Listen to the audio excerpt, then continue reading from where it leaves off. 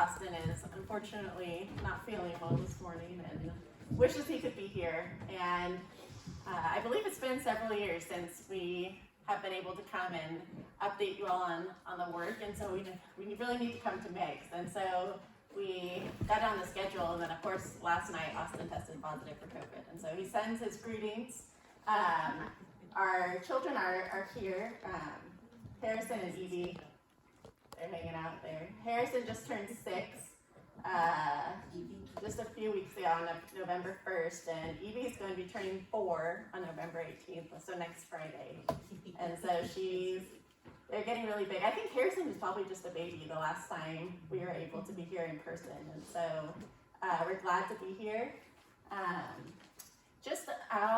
want to run through our presentation and just to update you on all that God is doing. And I know since we don't have a sermon today, I hope that God will just use this time to inspire you about how He's still working all over the world, and He's doing wonderful things. And so I just want to share a little bit about what God is doing in Ghana and Togo and Burkina Faso. And so here on the TV, you can see where I've circled that we're here in West Africa, in the countries of Ghana, and to the east is Togo, and to the north is Burkina Faso. And just for refreshing, I know you guys probably know a lot about our ministry, but we as a mission try to focus on 4 things. And so I'll kind of be going through those things during the presentation. But we focus on church planting, and that is our primary focus. But we also do training and discipleship, community development, and children's ministry. And so I'll talk about each of those 4 things, and then hopefully at the end we'll have a little bit of time so that you guys can ask some questions if there's something that piques your interest during the presentation. So for a little bit of history, as many of you know, Austin and I have taken over as missionaries on the field from the work that David and Barbara Kolb started so many years ago. But we sent our first church planter to the north in 1991, and right now we have about 30 national church planters working in 3 different countries, about 128 churches that have been started in these 3 countries. So God is doing great things. He's continuing to grow the work. We work with 14 different unreached people groups.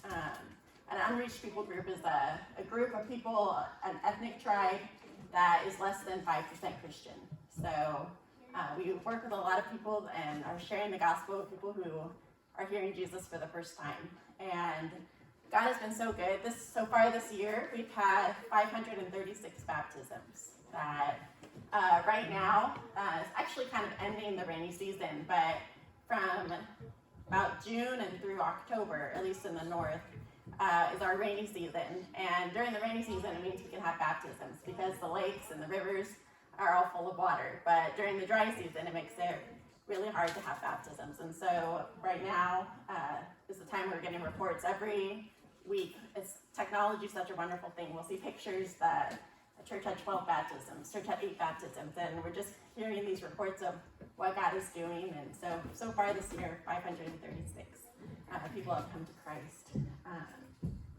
And so those are just some pictures of the baptisms. And like I said, we don't really have, our churches don't have baptistries, and so usually baptisms are done in lakes, in rivers, any water body that we can find. The picture up here, this is our house in Tamale, and we actually put a small above ground pool in that we've used for baptisms in the bigger cities where we don't have access to lakes and rivers. And so God has been faithful to continuing to add to the numbers to growing His kingdom in West Africa. So among all these churches that have been started, I wanted to talk about one particular church plant that was started this year. And this village in Guguruyukalsi, and it is about an hour and a half away of where our family lives in Tamale. And this village is very strongly Muslim. We had this vision of wanting to reach out to this village, and we wanted to go during the month of around Easter time, but around Easter was also the Muslims' month of Ramadan, where they fast for 30 days. And generally we're told that during that time, it's not really a good time to go and start churches to do evangelism because the Muslims are so wrapped up in their fasting and their spirituality during that time. And so, but we decided, no, we're going to see what God is going to do. And so my husband, as well as several of our church members from Tamale, went to do a 3-day crusade in this village. And so they took everything they needed. They took their tents, they took their food, all the things that they would need to be there for the few days. And they went to the community. They were, Muslims have this idea that Christians are pushy, are trying to force them to become Christians, and have this bad perception of them. And so they didn't want to come on forcefully. They didn't want to go and argue with people, especially during the time of Ramadan. They just came and were visiting with people. If the ladies were doing chores outside, they would just come alongside them, help them with their chores, be talking to them, just engaging the community. And then in the evening time, we showed the Jesus film in their language. And the bottom pictures you can see. And in these villages, there's not a lot of entertainment. So if there's a movie being shown at night, everybody's going to come out and see what's going on. And just to see the people's faces when they see Jesus talking in their own language, it's something that you can't describe. And so after a 3-day crusade there, they had 25 people come forward to give their lives to Christ. And so now a church has started in this village. We have a church planter that's been taking care of that church, and it's just amazing to see what God can do. Even the people that were coming with Austin to go and start this church were questioning him, kind of like, do you really think this is a good time to go? And thinking that maybe we should wait for another time. And Austin said, no, this is the time that God has given us. We're going to follow it and see what he does. And it's amazing to see what God does when we don't try to limit what he can do. And so that was one of our church plants that was started this year. I want to share just another story too. Where we live in Tamale, it's the 3rd largest city in Ghana, and it's about 80% Muslim. It's a city of about 1 million people, and so about 80% of those people are Muslim. And when we moved to Tamale 10 years ago, we didn't know a single person there. We just moved there, and then anytime we needed something, we needed a plumber, we needed an electrician, we need anything to work on the house, we'd have to call, usually it would be a Muslim worker. And so over the past 10 years, we've developed friendships with these people. They're our neighbors, they're the people that do work for us. And one of these ladies, her name is Mama Yi. And Mama Yi, she's a wonderful lady. We met her about 8 years ago when we were starting to build our mission house, starting to build the Tamale church. And she would come wanting work. And so she would carry cement, she would fetch water, she would help with whatever was needed. She just wanted to earn a little bit of money to take care of her family. And so we built this relationship with her 8 years ago.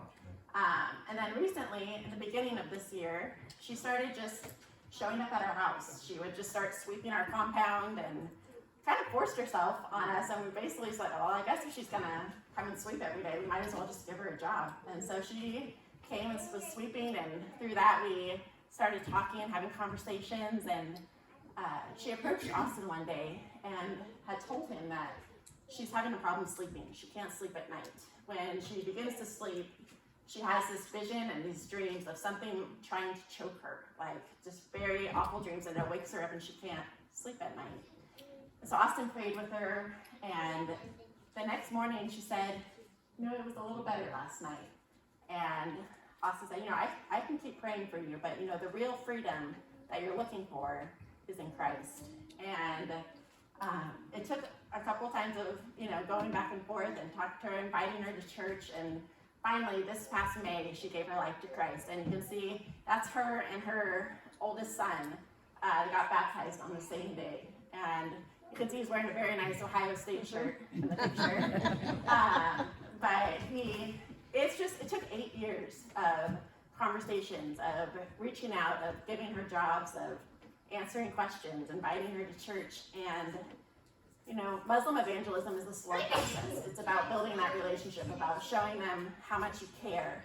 And eventually letting them see Christ through you. And so for her, it took 8 years, and her family members are not happy about the decision that she's made, but she told them, and she's one of those people who, once she has something, she can't keep quiet about it. So she's told everybody about what Christ has done for her, that she can't go back to Islam, that she has so much freedom, so much just relief from everything she's been suffering through. And so whatever persecution she's getting from her family, Christ is worth more than that. And so pray for her and her son, who it's difficult living as a Christian that had formerly been a Muslim, getting pressure from her family, getting criticism from her neighbors, but she's faithful and she's excited about the church and about her faith. And so we pray that she'll continue to grow and that more will come to Christ through her. So I want to just kind of shift gears a little bit and talk about another aspect of our ministry, which is training and discipleship. And formerly, when we had first come to Ghana, we didn't have a formal way to train our church planters. That, our current church planters were mentoring men in their churches, kind of bringing them alongside. And then also we'd have seminars occasionally. We'd bring everybody to Tamale and do seminars and teach for maybe a weekend or something. But we didn't have anything just really formal to pour into our men. And so we really wanted to have this vision of wanting to start a Bible school inside of our mission. And so in 2020, in January of 2020, we were actually able to bring that dream into a reality. And we started the Kara School of the Bible and Missions. And it's just an in-house Bible training program that we bring men from our various areas, and they come to our mission house. And when we built our mission house, we built it 2 stories so that the bottom floor is our residence and the top floor is our training center. So we have a conference room, we have bedrooms and bathrooms for our students to come and stay for their training.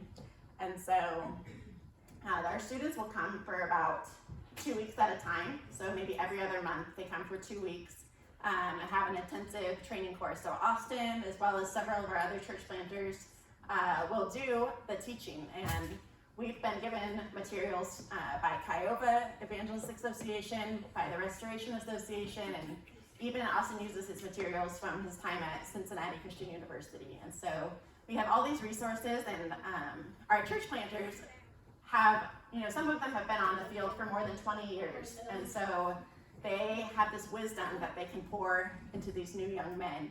And it's been really great to see. Our students are doing so well. Our first class, we had about 14 students. And what's really exciting, we had our first graduation September of 2021. And out of those 14 graduates, 7 are now currently serving with Training Tomorrow's leaders in various areas. And so we're seeing how this Bible school is meeting one of our biggest needs, because right before in 2019, we were looking at our ministry and thinking that even if we had all the money in the world, we couldn't start another church because we didn't have the men to go and do it. And so this is meeting a real need in our ministry, to have church planters to go and start new areas. We have church planters that are taking care of 10 or 15 churches, and physically they can't do any more than that. We need new men to come to continue the ministry that has already been started.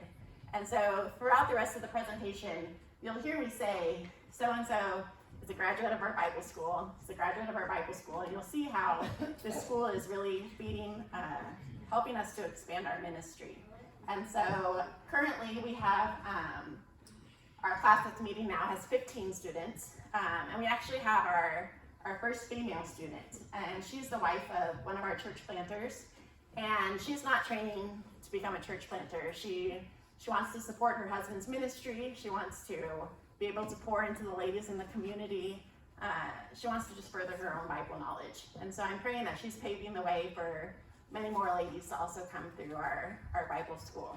But it's been a huge blessing to our ministry, and we're, even after the first graduating class, just immediately seeing results of what is happening. That these men, they share our theology, they share our vision for evangelism and church planting in West Africa, and they're already doing great things, and we know that God will continue to work through them. Another key aspect of our ministry I talked about is community development, and that a lot of times when we go and plant these churches, they are in kind of the poorest areas in Ghana and Togo and Burkina Faso. And so when we go, we don't want to just share the gospel and then run away and be like, see you later, guys. But we know that they have needs. They have needs for clean drinking water, for schools, for medical clinics, for so many different things. And so we try to also come alongside them and help meet some of the physical needs that we see in these communities. And so I want to talk about one project in particular that's really close to my heart. This past year, we were able to start a Christian school in one of our villages where we have a church. That this church came about, it's about an hour away from where we live in Tamale, and it came about because one of our church members said this is his hometown in New Jaili, and said we don't have a church there. We have 5 mosques, but no church, and I want you guys to come and plant a church there. So we said, okay, we did, and we started a church in 2020. We were able to build a building for them, and when we built their building, we built it a little bit bigger than what we would normally build for our churches, but we had this vision that we wanted to start a school in this church one day. And in this community, there's no public school, and the only option kids have for education is to go to the local mosque. And now that we had a church there, we wanted to change that. We wanted kids to be able to get an education, but we also wanted them to come to know Christ. And so this past May, we were able to start New Creation Christian Academy, and it meets in the school. You can see some of the pictures of the kids there. We have about 50 students at the school with one teacher. And so currently we can't take more than 50 kids. That's kind of just the max right now, but we're praying that the school will be able to expand, that we'll be able to hire more teachers, and we have students waiting to come. And so we're excited about that. And the great thing too is that it's not just the church kids that are coming. It's Muslims in the community are sending their kids to this school. And they know it's a Christian school, but they want their kids to get a good education. And so find a picture, our church planter here, his name is John Muhammad. He's a graduate of our Bible school. This is his hometown as well. And before he went into ministry, he was trained as a teacher. So he's kind of perfect for the job. So he teaches during the week at the school and takes care of the church on the weekend, and is doing a wonderful job there. One of the things also that we did for the school is that we wanted to provide a hot meal for the kids every day. That it's really hard to learn when you're hungry, and so these kids get a hot lunch every day, and for some of them it's the best meal that they get, and so it's something that they all look forward to. You can see in the picture they're all lined up ready for their lunch, and sometimes their little siblings who are not in school try to sneak into the lunch line because food is always good. And so but the school is doing great. We ask for your prayers. Austin and I met with the parents right before we came back to the States, and everyone's excited about the school. They're happy that things are going well. They're happy with the change that they're seeing in their kids, and so we pray that this school will be just a light for the church to be able to shine into this community, for it to be able to plant seeds of faith into these children, that they'll come to know Christ because of the education that they received. And so we're excited about this project. Another project that I wanted to quickly talk about is farming. That recently our mission has done a lot of farming. About 5 years ago, I think the churches in this area helped to raise support to send a tractor over to Ghana for us. We have a picture. That tractor is still working, it's still going. And this year we were able to plant about 30 acres of corn, of field corn. And we harvested this past this past August, we were able to harvest, and we were able to get about 35,000 pounds of field corn. And the farming project has been so good that it provides jobs for people, that it also will go to feed people who are hungry. There are places and villages where farms have failed this year, that the rains came too late or the rains came too heavy. And so some of the harvest that we have will go to help feed people whose farms didn't go well. And it also is a way for us to raise money for the mission inside of our country, that some of it will be sold in the markets to go toward the efforts of church planting. And so, but what you see, farming is a lot of work. That we have the tractor to do plowing, but planting and applying fertilizer and picking of the corn, everything is done by hand. So you can imagine it was a lot of work. But God has been faithful to us. We are so grateful for the tractor that is still working and is doing great things, and is very helpful to our ministry. So thank you again for the support that you guys gave to help get that to Ghana several years ago. Another focus that we have, we said we have 128 churches, and those are all meeting in various areas. Usually our churches will start meeting under trees. Sometimes they'll have maybe a structure, like a wooden structure that they kind of put together, but for the most part, it's under trees. And in the dry season, that works well, but in the rainy season, it's really hard to meet under a tree in the rain. And so we do our best to help come alongside our churches to help put up church buildings. Usually we'll challenge them to try to raise the walls, and then we'll come in and roof the church building. And so we're able to finish 3 buildings this year. One of the churches, the picture that you see, is kind of a pavilion style. That's what one of our churches in Togo. And they had raised the walls. They had used mud to make bricks and raise the walls. And then they had a huge rainstorm that came through and just collapsed everything. So they were really discouraged. And so we were able to, we couldn't commit to doing a whole church building, but we helped them to roof a pavilion so that they can still meet even if it's raining or even if it's really hot and sun shining. And so we're able to accomplish that this year. To roof a church building is about $7,000 to do that. And so we've been encouraging our churches to see if we can help, raise the funds to help roof. We have about 20 buildings that are still waiting to get roofs to be finished. And so we ask for your prayers as we try to finish those projects. Alongside of church buildings, we were able to also build a mission house for one of our church planters. His name is Abraham Konja, and he's been working with our ministry for about 12 years now. And he's in the village of Nakba, and he had a mission house, and it was built out of mud. And when the last time we saw it, the house is ready to collapse. And so we saw it, we're like, this is a safety hazard. And so we helped to build his mission house in this area. And you can see this is Abraham Konja over there. And it's actually a very strategic thing. He'll have a house that's safe to live in, but in this area, there's not a lot of guest houses or places to stay. So now that we have this mission house built, we'll be able to bring visitors. We'll be able to go and stay. He'll have plenty of room for us in the mission house to be able to visit the churches in that area. And so we're thankful that we're able to complete that this year as well. I'll quickly talk about, I know you guys know a lot about the barrel ministry. It's been a huge blessing to the work in Ghana this year.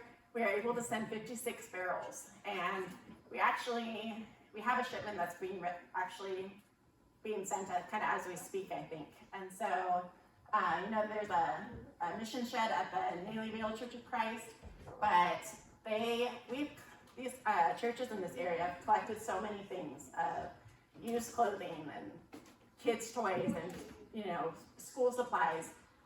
Everything has been sent over, and it's just such a huge blessing to be able to take those items to our churches, to just encourage them, to know that there are churches here in the U.S. that would care enough about them to send these things to provide for them. And it's just a physical way to show, the love of Christ to these people. And especially during COVID, things were really hard. Things still are hard in Ghana, and so getting used clothes, getting school supplies, all of these things is just so helpful to our churches. And so on behalf of them and on behalf of our ministry, we want to say thank you for just everything that you guys have done to help support this ministry.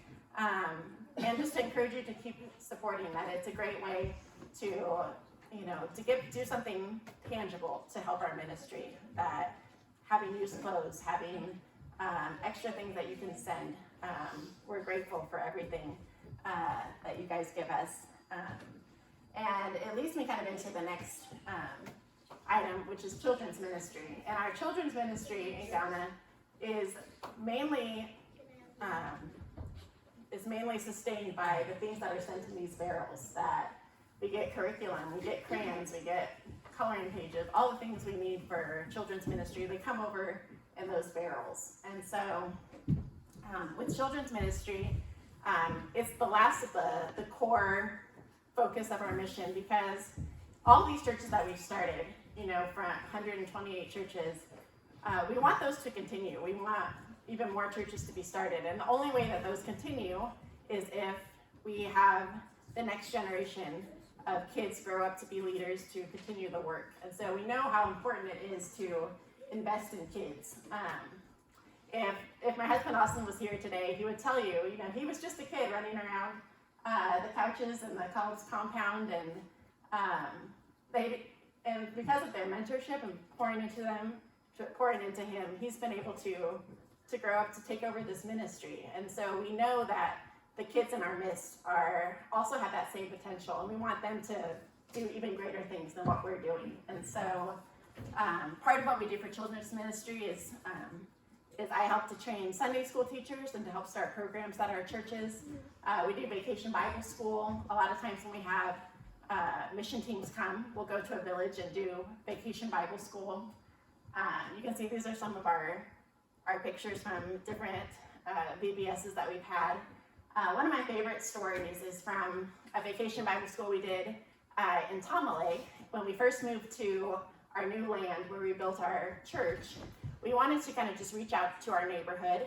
It's a Muslim neighborhood, and we wanted to build relationships with them, and just to show that we're not a threat. We're just here to love on our neighbors. And so we had a children's outreach day. And so on Friday, we went around and invited all the kids, and we didn't know if their parents would let them come. They're from Muslim families, and so we were hoping for maybe 75 kids, thinking that would be a good number to have. And so we planned everything, and the next day we were handing out those rubber bracelets just to mark which kids are part of our program.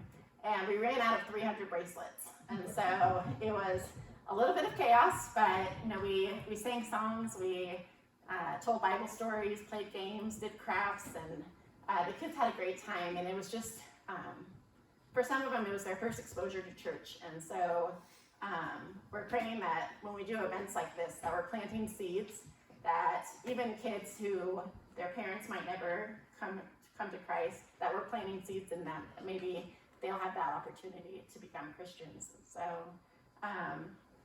we know that the future is our kids, and so we really want to invest in their futures. And if we can have leaders that have known Christ since childhood, we know that the gospel will continue to expand in West Africa. And I just want to quickly talk about some of the needs that we have for our ministry this coming year. Just things that you guys can be praying about, knowing what we are hoping to accomplish this year. Recently, we just have sent a church planter to Burkina Faso. We had already started a church there in a village, and we had this, we wanted to start another church in a bigger city. And so we started, we sent our church planter, his name is Joseph, his wife is Mary. And so we always laugh that they're the ultimate power couple. We have Joseph and Mary going to Burkina Faso.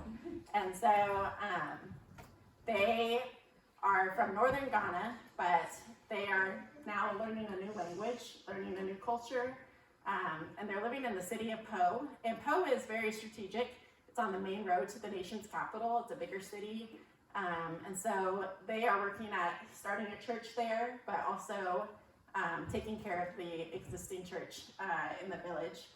And we have been able to rent a house for them, but we've also been able to purchase land, which is a huge blessing. And so on that land, we now want to build them a permanent mission house so that we don't have to rent for them, and down the road be able to build another church building, to even a school. The land is very vast, and so there's a lot of possibilities for what could happen in Burkina Faso. So God has been really good. This year, Burkina Faso's had two coups, military takeovers of the government, and so far things are stable in the country. Burkina Faso also has a lot of threats of terrorism, and so it's made our church planter a little nervous. So we've talked to him several times just about their safety, and so far things have been good, but they need your prayers for sure. Another need that we are trying to raise support for this year is motorbikes. That these are the way our church planters get around. We call them the wheels of the gospel. That this is what they get around to take care of our churches, to do evangelism, and some of the places they go, it's really hard for cars to go. That motorbikes are actually the best way and most economical way for them to get around. And a motorbike driven on the roads that they have to travel on usually lasts for about 4 or 5 years. And so we have a lot of bikes that need to be replaced. We have a lot of new men that are coming onto the field who also need bikes, and so a motorbike is about $1,600 roughly when we purchase them in Ghana. I talked a little bit about church buildings, that we have buildings that are waiting to be roofed. A roof is about $7,000. To build a church building from scratch, it's about $15,000. But it's one of our biggest needs, is to be able to help finish church buildings. And then finally, the last need is just support for our church planters. You know, we have new men that are graduating, that are ready to go out to the field, and we need to give them something to feed them as a stipend, to take care of them. And so as our ministry grows and more men are coming, we have to raise support for them to continue to do this work. And so we ask that you pray about us as we try to raise support for these new men. And then finally, just a few prayer requests for us. We came back to the States in September. And since we came, we have just hit the ground running. That we started in Indiana, we went clear to Dallas, Texas, and then that was the beginning of October. And at the end of October, we were in North Carolina. So we covered a lot of miles. Our kids have been super travelers. I don't even know how they are doing it, but they're keeping up with us, and we're at a new church every Sunday, and we still have more ahead of us, so we ask for your prayers as we travel. We're headed back to Ghana in January, so we still have 2 more months here to visit our churches. And we ask for you to pray for our church planters, that they're doing great works, but the work that they do is not easy. The communities that they live in is hard to reach people, and so they're doing a great work, and ask that you keep them in your prayers, and pray for places like Burkina Faso and northern Togo that have recently been threats of terrorism from North Africa coming down. It's a scary thought, but you know, God is good, and we know that God can take care of us, and so we ask for your prayers for them.